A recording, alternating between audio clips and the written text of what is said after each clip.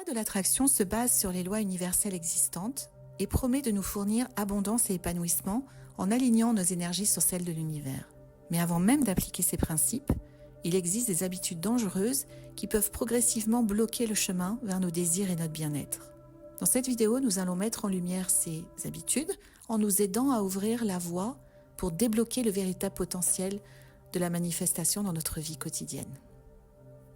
Habitude numéro 1, ne pas vivre dans le moment présent. Ne pas vivre dans le moment présent est un obstacle monumental à l'exploitation du potentiel de la loi d'attraction. Nombre d'entre nous se retrouvent piégés dans les ombres de leur passé ou dans les rêves du futur, et la force du présent passe inaperçue.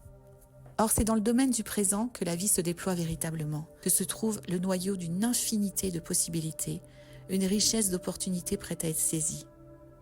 Mais lorsqu'on est préoccupé par les regrets du passé ou les angoisses de l'avenir, ces fenêtres se ferment souvent avant même qu'on les ait identifiées. La magie de la manifestation trouve son point de départ dans le présent. Donc ne pas être pleinement conscient et engagé dans l'expérience actuelle entrave la loi d'attraction.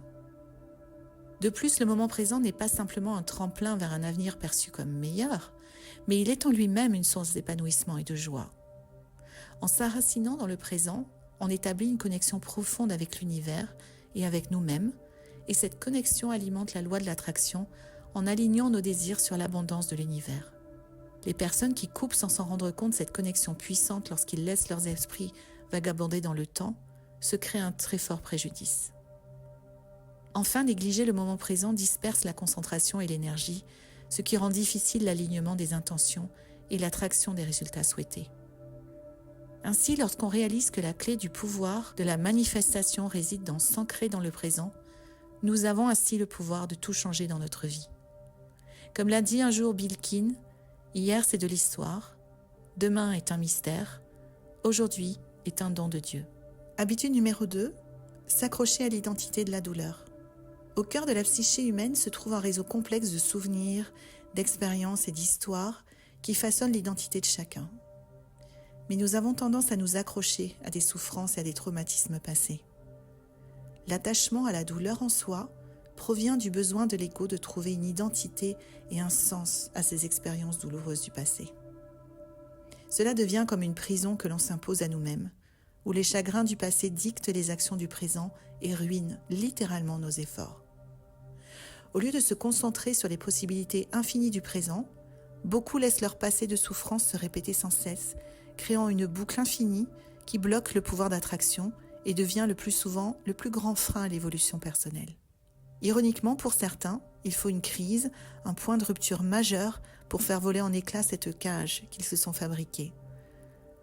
C'est comme si un barrage cédait, libérant des années de souffrance accumulées et qui laisse la place au renouveau. Lorsque l'on se rend compte que son essence même va au-delà de ces histoires, au-delà du domaine de l'ego, un changement monumental se produit. Cette nouvelle perspective crée un point de vue où les douleurs du passé ne pèsent pas sur les aspirations et ne ternissent pas l'éclat de la vie. Se libérer de cette douleur ne signifie pas l'élimination des expériences passées ou un acte d'oubli, mais elle incarne la compréhension que l'essence que nous sommes n'est pas uniquement liée à des histoires de douleurs passées. On peut reconnaître son passé, en tirer des leçons, mais ne pas le laisser dominer son présent ou son avenir en reconnaissant que le but de la vie est l'évolution et la croissance, aide à se libérer de ces récits autolimitatifs. Se rappeler que la douleur est inévitable, mais que la souffrance est facultative. Choisir de ne pas souffrir est la marque véritable de notre adhésion à l'amour. Habitude numéro 3, blâmer les autres ou les circonstances extérieures. Un des points de blocage majeurs dans la loi de l'attraction réside dans notre penchant à blâmer les autres ou les circonstances extérieures. Il est parfois plus commode de pointer du doigt ou d'inventer des histoires et se dépeindre comme la victime. Non seulement cela bloque la capacité de l'individu à manifester ses désirs, mais cela le noie aussi dans un océan d'énergie négative. S'enfermer dans le blâme et les récits pessimistes revient à semer des graines dans un sol infertile. Quels que soient les efforts, les résultats sont rarement ceux que l'on souhaite. Cependant, en réalisant que les vrais défis existent dans le moment présent, il est possible d'obtenir des résultats positifs. Ceci peut être libérateur.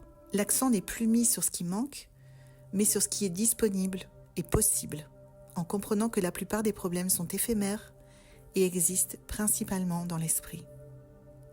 La loi de l'attraction exige l'abandon conscient du blâme au profit d'une attitude active et positive où les défis sont perçus comme des opportunités, des chances, plutôt que comme des obstacles insurmontables.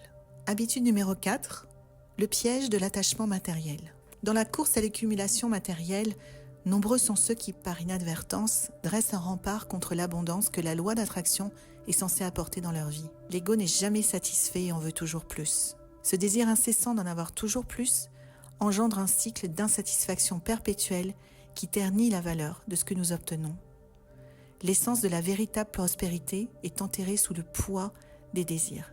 En changeant d'objectif et en adoptant une vision du monde qui dépasse les gains matériels, nous favorisons un terrain fertile où les graines de la loi de l'attraction peuvent s'épanouir. L'harmonisation avec le présent se manifestant à partir d'un lieu de plénitude plutôt que de vide devient non seulement un choix, mais un voyage vers la création consciente qui mêle non seulement l'accumulation de biens matériels, mais aussi l'entretien de l'abondance intérieure. Conclusion. La manifestation implique un voyage intérieur. Au-delà des désirs et des souhaits matériels, il s'agit avant tout de nous réaliser, de faire face à nos vulnérabilités et de nous débarrasser des limites imposées par l'ego. Abandonner ces mauvaises habitudes ouvre la voie à l'abondance et à un épanouissement sans limite. Tenez-vous-le pour dit. Si vous avez aimé cette vidéo, dites-le moi dans les commentaires et laissez un like. Et alors que nous concluons ce voyage, rappelez-vous que ces habitudes sont des indicateurs et non des étiquettes définitives. Si cela a résonné en vous, abonnez-vous à notre chaîne pour plus d'informations spirituelles et appuyez sur la cloche de notification pour rester au courant de nos explorations. À bientôt!